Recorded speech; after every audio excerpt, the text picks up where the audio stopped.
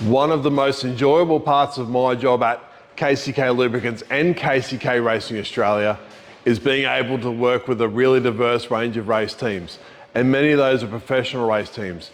And it's always intrigued me as to what they look for when it comes for driver selection. If they're looking for an upcoming driver, what are the pros and cons, and what are the necessary attributes of that before they'll sign that driver and put them in their car. Here is some of what I've learned. A driver's attitude is everything.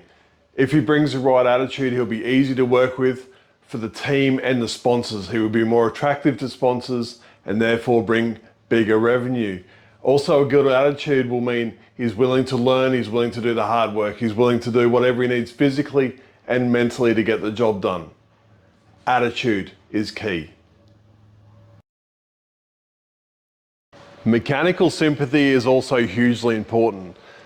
Being fast is no good if you can't finish a race, and if you need to eat the car up to get those good lap times, you won't be very attractive to a prospective employer. Being able to conserve the car, understand what the car wants, and not push it over the edge is critical.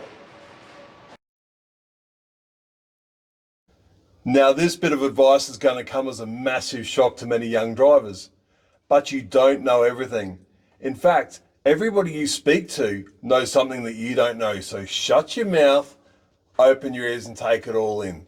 Many young drivers progress to a more established team and they won't listen to the advice given by that team to help them become a better driver. It's very, very difficult to teach somebody that knows everything. So shut up, listen, and you'll go a long way. Everybody has bad days and everybody understands the emotions involved in motorsport. But do not chuck tantrums. I could probably list a handful of drivers right now and you would associate them with tantrums. Whether you're racing go-karts or you're in sedans or whatever, if you chuck a tantrum, I guarantee everybody will remember it more than they will remember you for your driving. Do not chuck tantrums. Leave your helmet on, go sit in the truck, sit in the corner, go to the toilet, whatever. Do not chuck tantrums, do not throw things, do not kick things. Do not chuck tantrums. Too often we hear the phrase, "This car doesn't suit my driving style." And when you say that, what that really means is you don't understand what it takes to get the most out of that car. No great driver ever had a driving style. And before anybody comments about Ayrton Senna's driving style, where he stabs the throttle through the middle of a corner, that wasn't a driving style. That was a solution to a problem. The car he was driving at the time had massive turbo lag, and he discovered by stabbing the throttle through the middle of the corner, he kept the turbine speed up, lowered the turbo lag out of the corner. Therefore, he was faster than everybody else. He learned to adapt to that car and get the most out of that car. And a lot of the great drivers we work with constantly are searching for that edge, for that little bit of difference. They'll search different lines on the racetrack during a race. They'll try different techniques to get the car to behave differently as the tyres come on or as the tyres go off, as the fuel load burns, all those things. A great driver will constantly adapt to the car and the racetrack that he's racing on.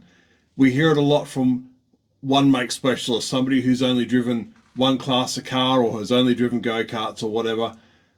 They think that that's their driving style. It's not.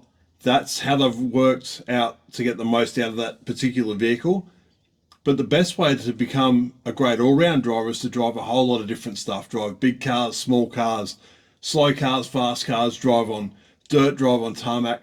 The more you can drive, the more rounded you will become as a driver, and the more you'll be able to adapt to different situations, different cars and different racetracks. But never say those words. This car doesn't suit my driving style. It's a really tough journey for any up-and-coming driver, but learning and listening is certainly the key. If you have any more suggestions or things you think I've missed, please leave them in the comments below. Subscribe if you haven't subscribed, and I'll see you on the next video.